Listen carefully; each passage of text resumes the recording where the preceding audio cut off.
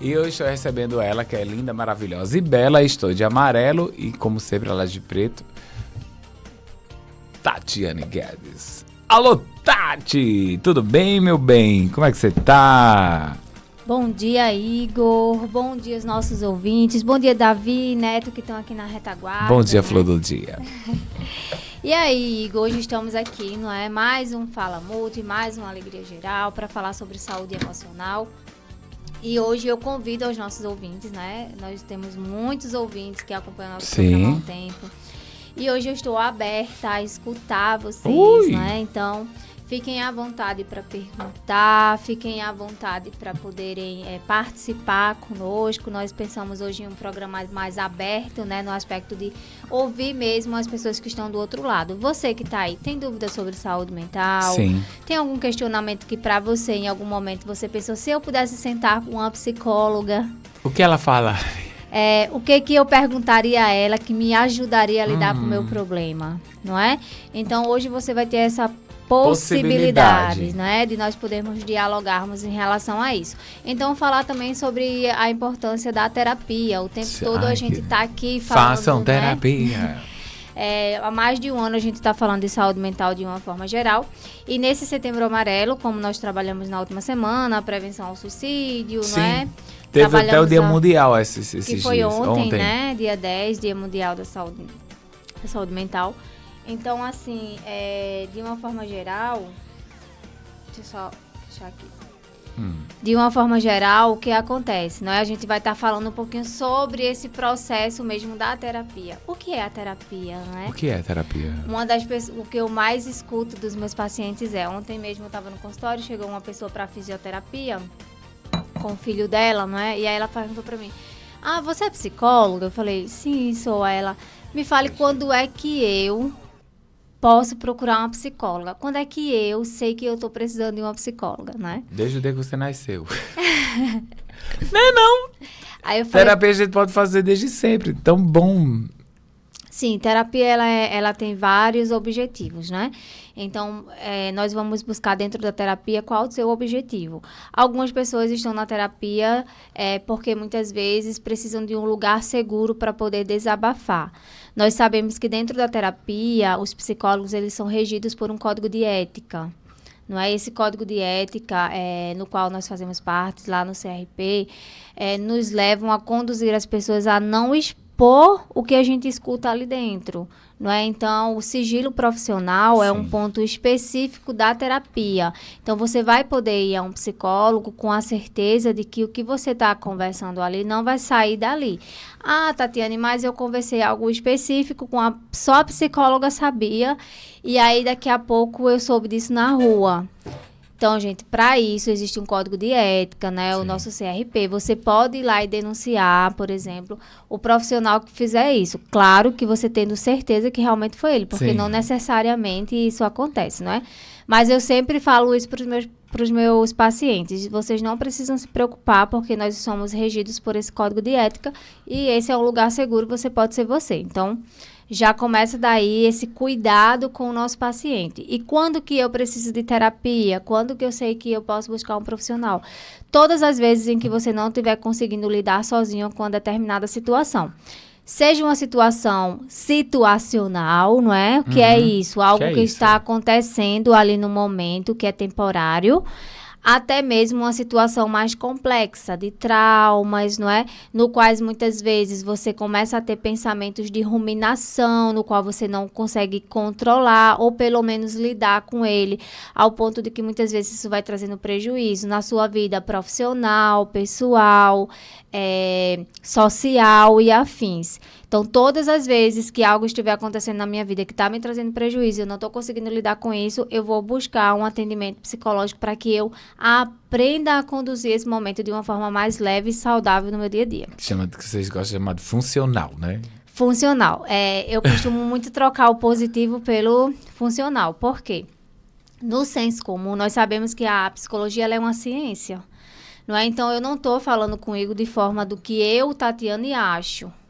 Não, eu estou falando com o Igor pautado em técnicas e ferramentas que já foram estudadas, que já foram incluídas em vidas de inúmeras pessoas. Então, é uma ciência. Então, eu não posso achar algo. Eu até trago a reflexão para os meus pacientes, não é mudando do positivo para o funcional, que é... Muitas vezes você pensa, eu vou pular de um prédio alto de 16 andares e não vou morrer. Eu estou pensando positivo. E aí eu sempre pergunto, de 0 a 10, 0 sendo nada e 10 o máximo. O quanto que eu só pensar positivo e pular de lá vai fazer com que eu não morra? E aí, Igor? 0 sendo nada e 10 o A máximo. possibilidade de passar um carro com uma almofada ali por baixo que apare a queda, mas mesmo assim, força, velocidade, impacto, a física comprova, meu amor, que você vai se estribuchar. Exatamente. Então, a probabilidade é 0 de que eu não morra dali. Mas, na terapia, nós aprendemos que há a possibilidade de você pular e não morrer. E aí é o que a gente troca do positivo para o funcional. Exemplo. Igor, e se você colocar 2 paraquedas, né? Porque nós sabemos, 1 ou 2 paraquedas. A gente sabe que, sei lá, estatisticamente, a cada 100, 99% dá certo e tem a probabilidade de não dar, de dar errado. Mas aí a probabilidade já aumenta, não é? Ao invés de ser 0, sobe aí... Para 1. Exatamente, consideravelmente. Então, de uma forma geral, existe sim a probabilidade de você sair do disfuncional, ou seja, desses pensamentos errôneos, não é? Negativos, que muitos dos nossos ouvintes entendem, que é o que a gente chama de senso comum, para, né, esse... Aí eu digo, menino, sabe o que tinha que acontecer? Porque tipo assim, você vai. Aí você pensei, eu vou me jogar. Mas eu vou botar um paraquedas. Aí logo o meu paraquedas, ele é esse que não abriu. E aí nós paramos para pensar. Ia acontecer. E aí nós paramos para trabalhar uma outra questão, que aí é as questões que nós não controlamos. Sim.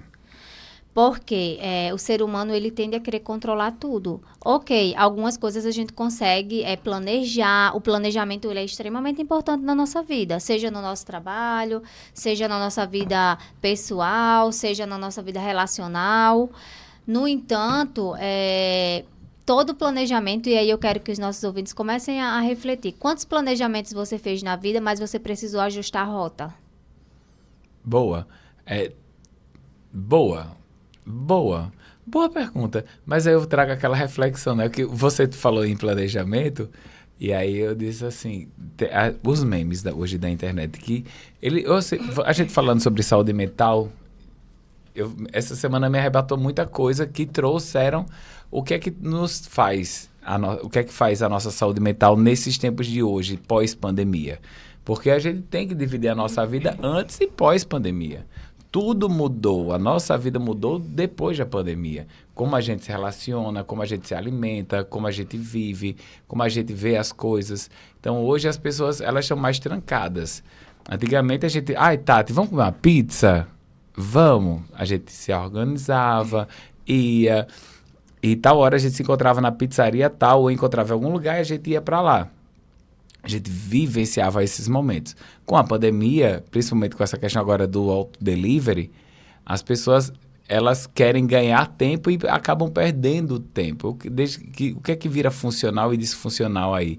Porque, um exemplo, às vezes você pega, e antigamente a gente para a pizzaria, a gente ficava naquele momento, às vezes não tinha nem esse celular, essa dependência das redes sociais, e a gente sentava lá, pedia uma pizza, enquanto a pizza não chegava, você conversava, tomava uma Coca-Cola, um petisco, um negócio, e ali aproveitando esse momento que eu estou aqui com Tati. Só que hoje, o que acontece? Você já muitas das vezes, quando você vai para a pizzaria, você já sai de casa, já faz o pedido. Quando chega lá, você já quer que a mesa esteja pronta. Se puder, a pizza já cortada em cima do seu prato. Que você quer chegar, tirar uma foto. Hoje também tem que ter foto. Se você foi na pizzaria e não tirou uma foto, você não foi. É a necessidade de estar se mostrando o tempo todo, não é? Muitas vezes para agradar o outro ou para mostrar, muitas vezes, que eu estou bem. E aí começa-se a criar, não é, vários problemas emocionais, porque Sim. Sabemos que a vida não é 100% boa, nem 100% ruim. Nós precisamos equilibrar. Nem tudo na vida é 100% bom, nem tudo é 100% ruim. O que a história do copo, meio cheio ou meio seco? O que eu não estou conseguindo equilibrar dentro desse movimento, Igor? Todas as vezes que nós estamos pontuando sobre saúde emocional, eu venho percebendo que sempre entra o movimento do uso de celulares excessivos, de redes sociais, né, enfim, da tecnologia de uma forma mais específica. E aí você me traz realmente que após pandemia, isso mudou. Porque antes também nem tudo era de forma virtual 100%, como se foi na época da pandemia. Então, as pessoas trazem ainda muito dessa questão situacional da pandemia para o real, né, para o aqui e agora. Então, esse movimento ele foi aprendido também, ele foi vivenciado. As pessoas hoje não conseguem controlar os impulsos em relação às redes sociais. Se eu perguntasse, né, aqui aos nossos ouvintes, e aí eu queria que vocês participassem, mandem Certo. aí os seus feedbacks em relação a isso. Você consegue Olha lá passar no um Face. dia sem... um dia, por exemplo, sem usar tecnologias, seja celulares, seja TVs, não é? Telas de uma forma geral. Muitas vezes as pessoas não sabem mais o que não estar vinculado a esse excesso de dopamina, não é? Esses estímulos. E aí, muitas vezes, nós colocamos as responsabilidades nas nossas crianças que jogam muito, que ficam ali o tempo todo nos jogos. Mas o que você está dando para essas Nos jogos crianças? eletrônicos, não era Nos aqueles jogos joguinhos que a gente tinha eletrônicos. antigamente, que a gente passava o tempo junto.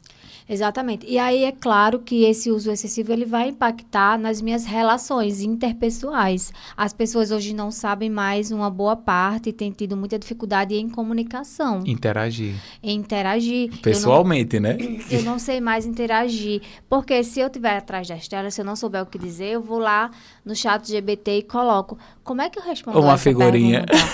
Ou eu vou lá e coloco, eu vou usar um memezinho que representa isso. Não é? Então, de uma forma geral, a gente tem visto isso. Zygmunt Bauman, né? Ele já falava lá em Amor Líquido, a questão de se conectar e desconectar de uma forma muito rápida, desses amores líquidos, não é? Que hoje trago um pouco mais aqui para a nossa realidade, essas relações líquidas, não é? Então, é um livro que, inclusive, vale muito a pena ler. Amor líquido. De Zygmunt Bauman. Ele O desse aqui é vaporizado já. E aí vale muito Já a mudou pena. de líquido, do líquido para gasoso já, isso aí já evaporou. Exato, então tudo isso vai impactando, gente, nos nossos relacionamentos interpessoais.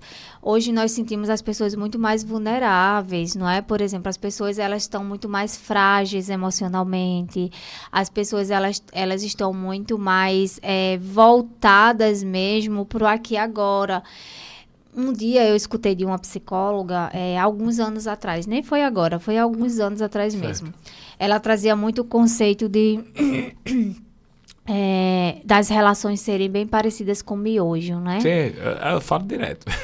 Porque esse movimento do miojo é aquela questão de 3 minutos, não é? E eu não sei se vocês vêm sentindo isso, mas as pessoas estão tão impacientes, estão tão sobrecarregadas, o HD delas estão tão sobrecarregados que elas não conseguem fixar mais atenção em algo mais de 1 minuto. E aí, para isso, a gente tem os TikToks, né, que vem evidenciar Rápido, né? isso rápido. Nós temos aí os vídeos de Instagram, que vem também como evidências, não é, para isso, que antes era 1 minuto e meio, mas agora é 1 minuto, porque 1 minuto e meio as pessoas já estão achando tempo demais. Porque, na verdade, as pessoas estão simples e unicamente passando. Ou seja, é igual, tipo, hoje, falando ainda sobre psicologia e tempo, uma das coisas que eu acompanho muito a doutora Ana Beatriz, ela falava assim, quando ela era do tempo da TV, né? Então, TV e rádio, a gente sabe que é tudo muito cronometrado, aquilo é rápido. Então, ela, às vezes, tinha que falar algum tema específico. Ela dizia, mas quem é que... Quando ela ouviu falar sobre o podcast... que seriam horas e horas, você pode ter podcast que você tem de 4 horas de duração. Tem quem assiste às 4 horas, mas tem pessoas que preferem os cortes, que é aquele assunto ou um tema específico ali, aqueles recortes. Então, as pessoas, elas querem muito essa facilidade. Uma coisa que eu vou te perguntar, que já estava, desde quando você falou aqui o tema, eu senti a necessidade de perguntar isso para os nossos ouvintes. Só esperando o ouvinte concluir aqui a sua pergunta. Perguntou se a gente estava falando sobre saúde mental. Disse que sim, estou esperando, está digitando, estou esperando o áudio. Mas falar sobre saúde mental, bem-estar, a gente precisa voltar a falar sobre essa qualidade de vida. esse tempo, tempo de qualidade, né, que você Também. fala. Porque, assim, hoje, você disse, queremos tudo muito rápido. E aconteceu comigo esses dias. Eu tava em Itacima, terminei um evento, o pessoal, vamos lanchar? Disse, vamos, agora vamos num lugar rápido, que eu quero voltar para casa, que eu tô cheio de coisa para fazer. E simplesmente, tipo, todo mundo sentou na mesa e espera. Aí passou 1 e passou 2 horas, eu já estava querendo... Se eu tivesse como ter saído dali correndo, ter vindo embora a pé, eu acho que eu teria visto se fosse mais perto. De tão impaciente que eu tava. Mas todo mundo tava ali. Parece que tinha todo o tempo do mundo. Eu altamente acelerado e todo mundo querendo, sabe? Eu disse, minha gente, você não tem o que fazer, não. É interessante pensar nesses excessos, não é, Igor? E a vida hoje, ela nos traz isso. Essa necessidade de ser tudo muito rápido. Quando a gente fala da geração miojo, antigamente vocês diziam assim, que seja eterno enquanto dure esse amor, que dure para sempre. Aí eu volto para uma música que diz, quantos amores eternos você teve esse ano? Porque, encontrei o amor da minha vida. Eterno. Tchá, declarações, tatuagens. Daqui a 6 meses, não era amor, era livramento. Mas isso acontece muito, né, nos relacionamentos voláteis, Sim, né? o que você falou Do amor líquido de Zygmunt Bauman. Isso acontece muito, Igor, porque as pessoas, elas infelizmente não estão sabendo lidar com as suas emoções. E aí eu não consigo viver os processos, porque se relacionar é processos. Relacionamentos é você justamente ter que lidar muitas vezes com o que não me agrada, é o poder ceder em alguns momentos, é o poder dialogar sobre isso. Mas se eu não sei dialogar nem comigo mesmo, como é que eu vou conseguir dialogar com o outro? Como é que eu vou conseguir ter maturidade, né? Porque maturidade, ele é um processo contínuo, não é? Por exemplo, a gente pega... muitas pessoas que com a idade, sei lá, de 18 anos, com mentalidade de 15. Nós temos hoje adultos com 40 anos, com mentalidades de adolescentes, não é? Então, maturidade é diferente, não é? De idade, né? De idade. Então, assim, tem muito a vivência de cada pessoa dentro do processo, o quanto que você investe em você para se compreender. Isso porque a gente não está falando... Também, né? Isso porque nós não estamos falando de transtornos específicos que travam ou bloqueiam as pessoas de irem para esse movimento de forma mais assertiva. Desculpa, a minha voz está bem ruim hoje.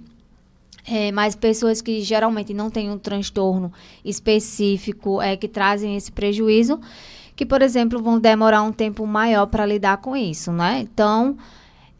stop, né? Vamos trazer o stop para cá. O stop, ele tá sempre como base. Então, olha um pouquinho para você, se conheça. Hoje eu vejo, por exemplo, a gente tá trabalhando no mês do suicídio, em relacionamento, já que foi um ponto que a gente falou agora, eu vejo muitas pessoas desestabilizadas, não é, emocionalmente, porque muitas vezes querem fazer algo contra a própria vida, ou contra a vida do ex-parceiro ou da ex-parceira, porque acreditam que só conseguem viver se é com essa pessoa.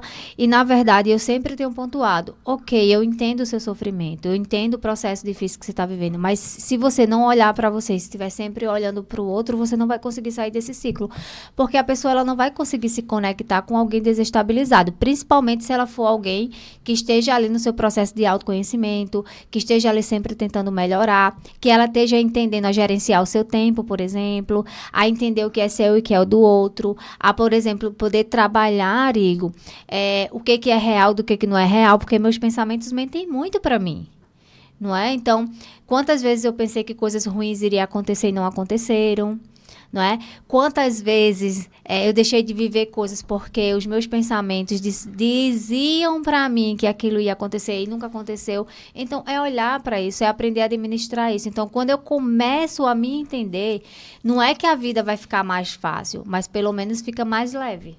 Não é que os problemas não vão vir, mas pelo menos eu vou entender o que eu posso fazer naquele momento para lidar com aquela situação. E aí as pessoas estão, infelizmente, muito desequilibradas. Uma perguntinha para você. Enquanto você lê a pergunta, aí eu vou aqui fazer uma pontuação dentro do que você falou. E eu acho bem interessante. Eu estava assistindo um vídeo, Tati, e a gente vai falar sobre saúde mental. Um vídeo, uma série bem interessante. Eu acho que eu não tinha até falado com o Davi. Acho que é Fragmentado, Ruptura. Já ouviu falar nessa? Desculpa, eu não entendi. Eu estava assistindo uma série que ela me fez pensar até que ponto a gente pode misturar as coisas. Misturar as coisas como assim, Tati? O quanto que a minha vida pessoal pode, isso aí já vai, acho que para a saúde mental também, atrapalha, né?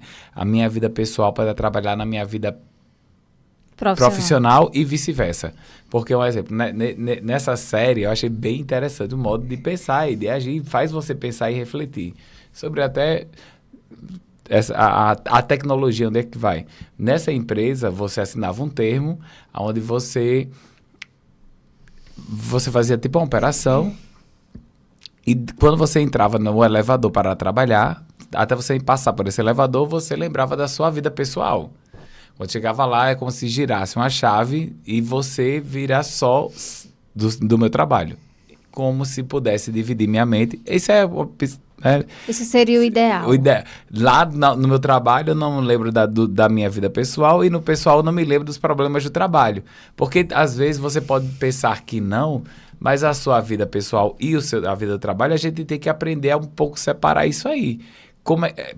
Para a gente poder ter saúde mental. Porque a gente nem pode levar problemas do trabalho para casa e vice-versa. Olha, Igor, isso é bem complexo, não é? Por exemplo, existem várias vertentes. Há quem acredite que eu consigo, por exemplo, não levar problemas pessoais para o meu trabalho e vice-versa.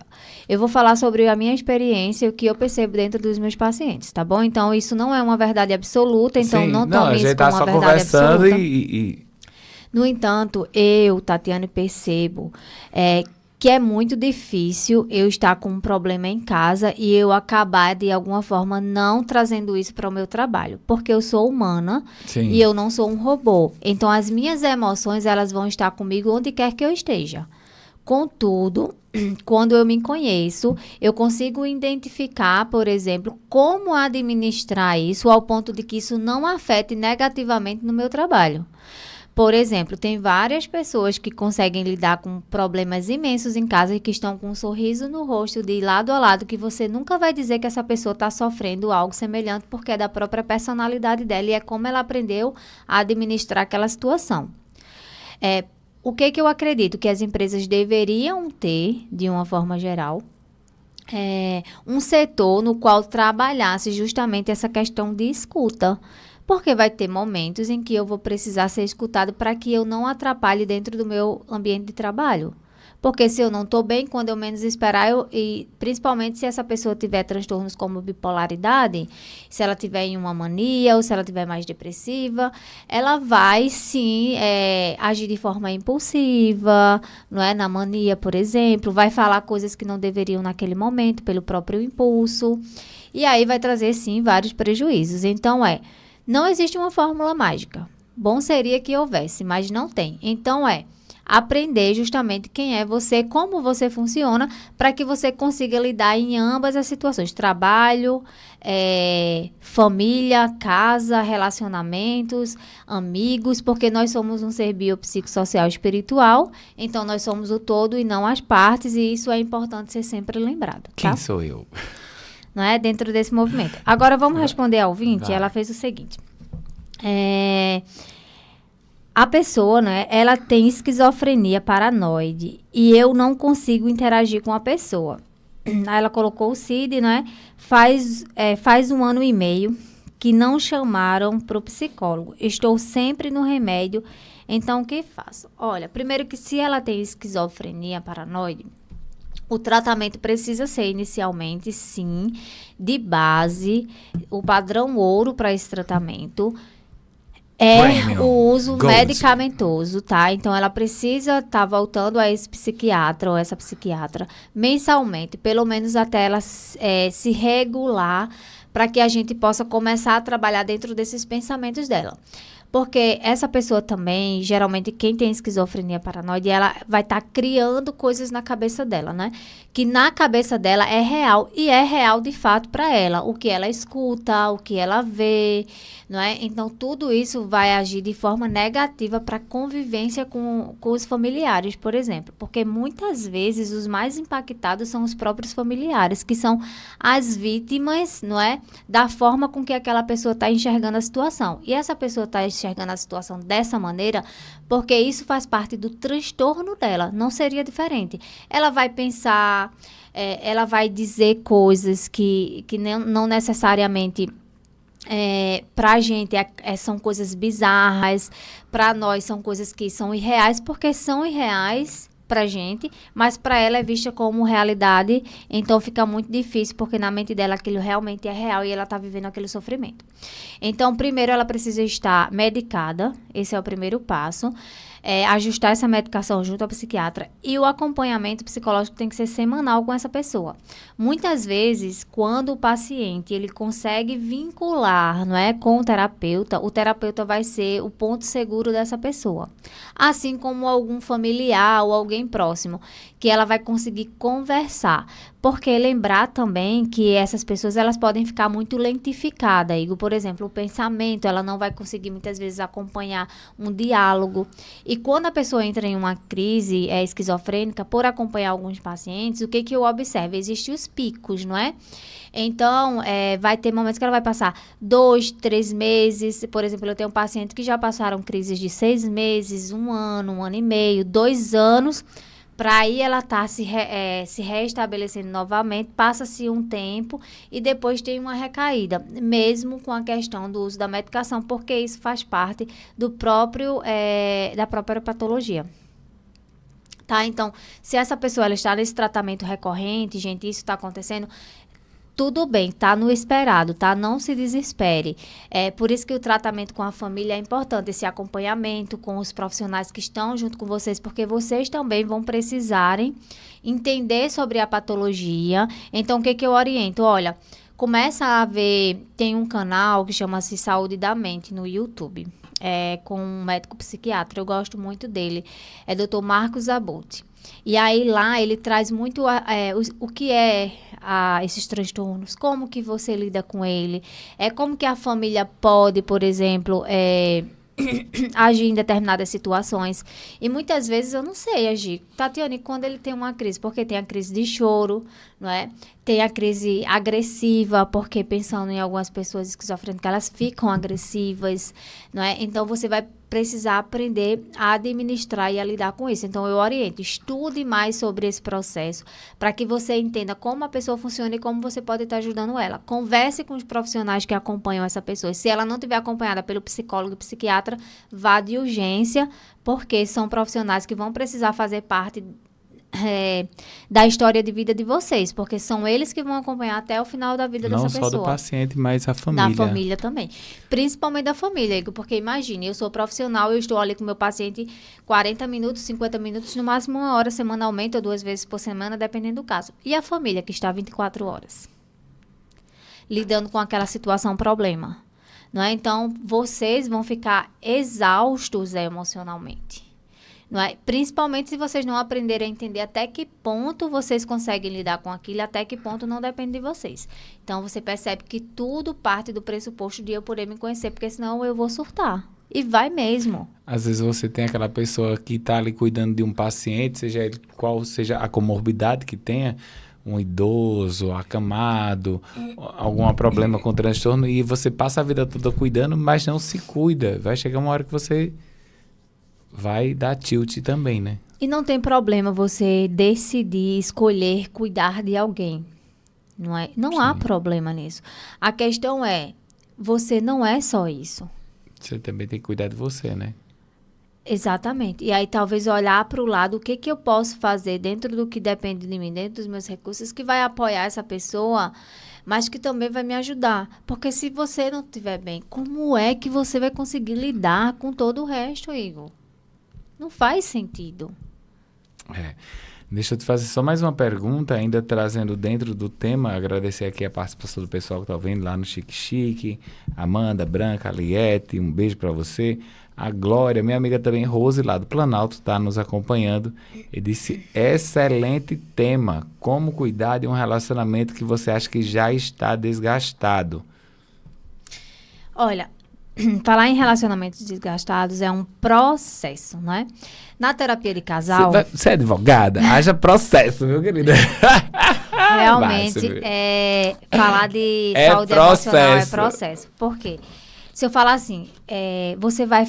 Vamos pegar, né? Existe muito hoje, a gente falou muito nessa geração miojo, né? Nesse aspecto. Essa coisa ligeira, né? Rápida, instantânea. Mas vamos pensar Ainda dentro desse tema do miojo aí. A gente tem que ter... outra coisa que você sente também, querendo ou não, nessa necessidade da rapidez, é meio que também essa questão de poder, de controle, né? Eu vou ali, eu vou comer rápido. Se não sair aqui, eu tenho o miojo, que é uma segunda opção, eu vou comer porque eu tenho que controlar a situação. Vamos lá, vamos voltar para a primeira pergunta para a gente não perder o gancho, né? A questão do relacionamento desgastado que a nossa ouvinte trouxe. Olha, um relacionamento ele não se desgasta de um dia para o outro, certo? Quando chega nesse movimento, algumas dificuldades começam a surgir. A principal, o diálogo. Vive-se 2 pessoas em uma casa, mas não consegue-se mais dialogar. E o diálogo, ele é ponte e base para um relacionamento saudável. Na terapia de casal, nós acreditamos muito que nós conseguimos ajudar esse casal. Só que qual é o X da questão da terapia de casal? É que muitas vezes você vai para a terapia de casal para concluir o que já está acontecendo, que é muitas vezes a ruptura desse relacionamento. Como também ali nós conseguimos, em alguns casos, trazer essas pessoas a se conectarem novamente com a relação e poderem reestruturar esse relacionamento e recomeçar.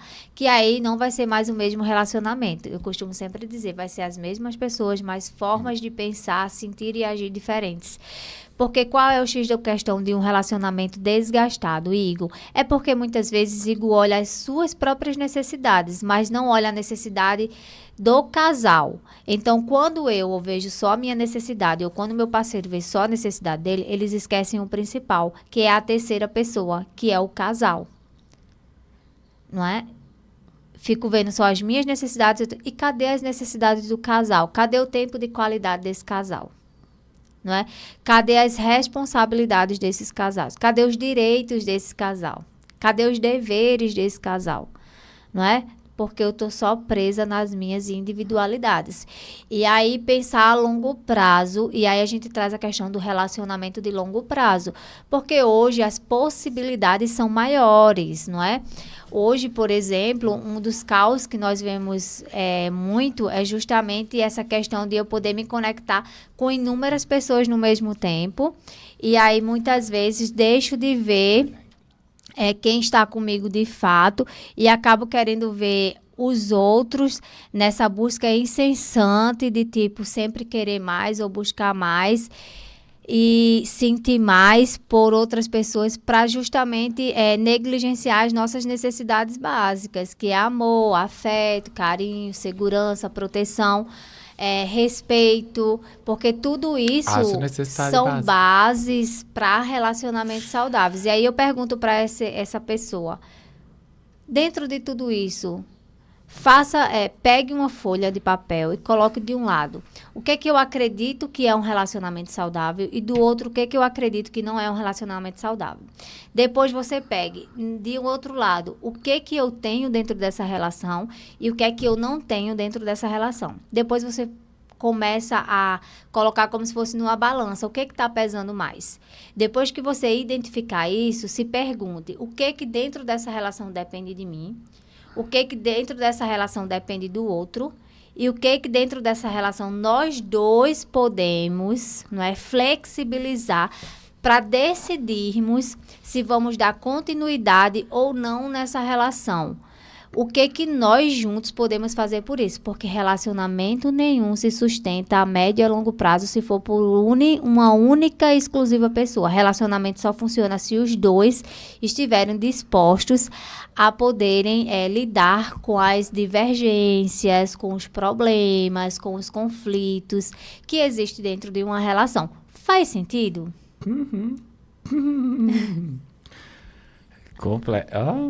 Ainda bem que o tempo tá acabando. Eu explodi aqui. Pessoal da Lagoa Verde mandando um abraço para você. Acho que é aqui. Como é o nome? Dalvanira. Um abraço, turma de Lagoa Verde.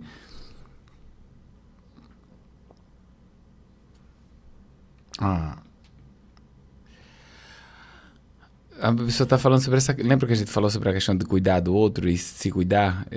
Oi, bom dia. Imagina você cedo, sozinha, cuidar de uma pessoa com Alzheimer 24 horas por dia. Desafiador. Desafiador. O Alzheimer, ele é uma condição neurológica, não é? No qual a pessoa ela vem apresentando os sintomas aí 20 anos antes. Para você ter ideia, o Alzheimer ele é uma dessas condições. E aí, provavelmente, ela já deve estar na condição de... Já deve ter passado aquela questão da agressividade, do esquecimento, muitas vezes acamado, não é? E aí você vai ter que dar esse suporte. Mas vamos lá. Dentro da sua família, só existe você? A responsabilidade é 100% sua? Ou será que você acreditou que só você pode fazer isso? Porque muitas vezes nós temos tantos débitos emocionais com essas pessoas, não é? Sejam nossos pais, sejam nossas mães, sejam nossos cuidadores, fizeram tanto por nós durante a vida que nós nos sentimos na obrigação de não soltarmos a mão dessa pessoa. Não é? De não dividirmos essa responsabilidade com outros. E isso fala muitas vezes de nós. Tem muitas pessoas que têm dificuldade de aceitar ajuda, não é? De compartilhar isso, porque a vida inteira carregou tudo nas costas sozinha e aprendeu que isso é certo. E aí as pessoas só vão nos ajudar se nós nos permitirmos sermos ajudados. E quantas vezes nós não conseguirmos ou nos permitirmos sermos ajudados. Eu não sei qual é o caso dessa pessoa e eu não posso julgar em relação a isso, mas talvez olhar para isso também e pensar que é um processo. Não é? Você pode olhar outras possibilidades que você possa lidar com isso, tá bom? Tá, a gente já tá chegando no finalzinho, que tá vindo aí os nossos comerciais e as inserções eleitorais e o padre Reginaldo Manzotti, o programa Experiência de Deus. Igor, falei, nem tinha visto essa mensagem. Eu vi. Eu sou filha. Olha o débito que essa menina tem com essa mãe. Gente, como essa pessoa precisa de terapia, como ela precisa ser cuidada. Olha, eu não te conheço, mas o que eu diria para você? Você precisa trabalhar esse débito emocional. A sua mãe fez o melhor que pôde por você. Mas você não pode deixar de viver única e exclusivamente por isso. Vamos buscar métodos para flexibilizar esse momento. Talvez resolver isso não seja você não estar 100% do tempo ali, mas como você pode lidar com isso de forma que isso seja mais leve para você ao ponto de que isso não te adoeça, porque isso aí a longo prazo, porque ela está sentindo o quê? Culpa, dependência emocional, medo. Medo de ser julgada pelas pessoas se eu abandonar a minha mãe. Medo do que os outros vão dizer, não é? Então, assim, são tantas coisas que precisam ser trabalhadas ali, que é limpar mesmo esse movimento, esse núcleo emocional, digamos assim, tá, Igor? Tati, babado, viu, querida?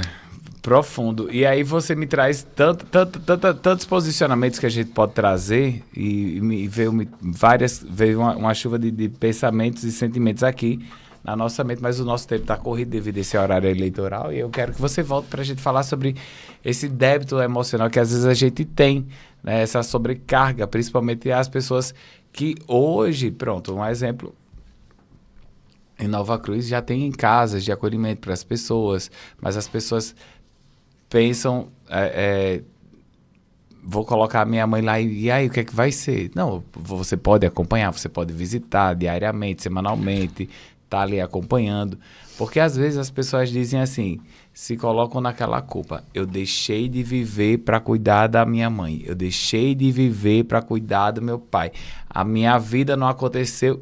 Não, espera aí, às vezes você tem uma opção ali do seu lado e você não quis, às vezes também cabe muito de nós, essa nossa dependência emocional, esse débito, como você disse aí, vai passar no débito ou no crédito. Se for no crédito, parcela, tá, querida? Para não ficar tão difícil para pagar. Isso é muito complexo, não é? Porque o X da questão não é você estar cuidando da sua mãe ou do seu pai. O X da questão é o peso disso para você.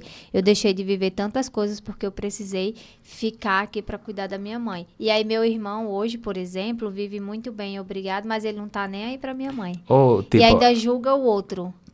Ou, essa semana eu ouvi de uma pessoa, de um ouvinte, ela disse assim, não, mas a gente cuidava, tinha irmão, essa pessoa tinha irmão, tinha tio, tinha parente, aderente, ninguém apareceu. Depois que morre, aparece todo mundo. E aí você se permitir vivenciar esse processo, que eles vão ter direitos e deveres. Então, eles buscaram os direitos dele. Então, você precisa se E no posicionar tempo dos para... deveres?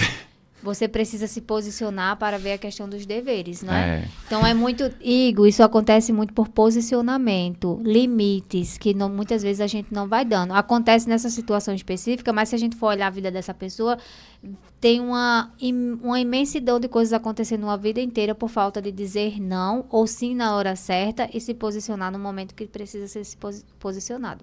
É babado, viu? Olha, gente, finalzinho, Tati, telefone, contato, WhatsApp... 849-9485-7080. 849-9485-7080. Tá? Lá a gente vai ter vários profissionais para apoiar, não só na saúde emocional, mas na nutrição. Lá, inclusive, a nossa nutricionista vai estar falando sobre estresse, tá? E alimentação. Karen? Não, Carol. Não sei se nessa semana que vem ou na outra, tá? Estresse. Ela vai estar vindo falar. E eu também vou estar pontuando um pouco sobre estresse e o impacto disso na sua saúde emocional. Tá certo? Arrasou, gata. Então, vão ser temas que a gente vai estar trabalhando aí nos próximos Fala Multi, tá bem? Tá ok, meu bem. Gente, olha, quero agradecer a todos. Daqui a pouco eu tô de volta, a partir das 11. 11 horas vou receber aqui a secretária de Educação, Socorro Ângelo, com a equipe. Vamos falar sobre o desfile do 7 de setembro. Vamos fazer um acompanhamento do que aconteceu. E desde já agradeço a sua companhia. Tá vindo aí o Padre Reginaldo Manzotti, o programa Experiência de Deus. Não sai daí, eu volto já já, a partir das 11 da manhã.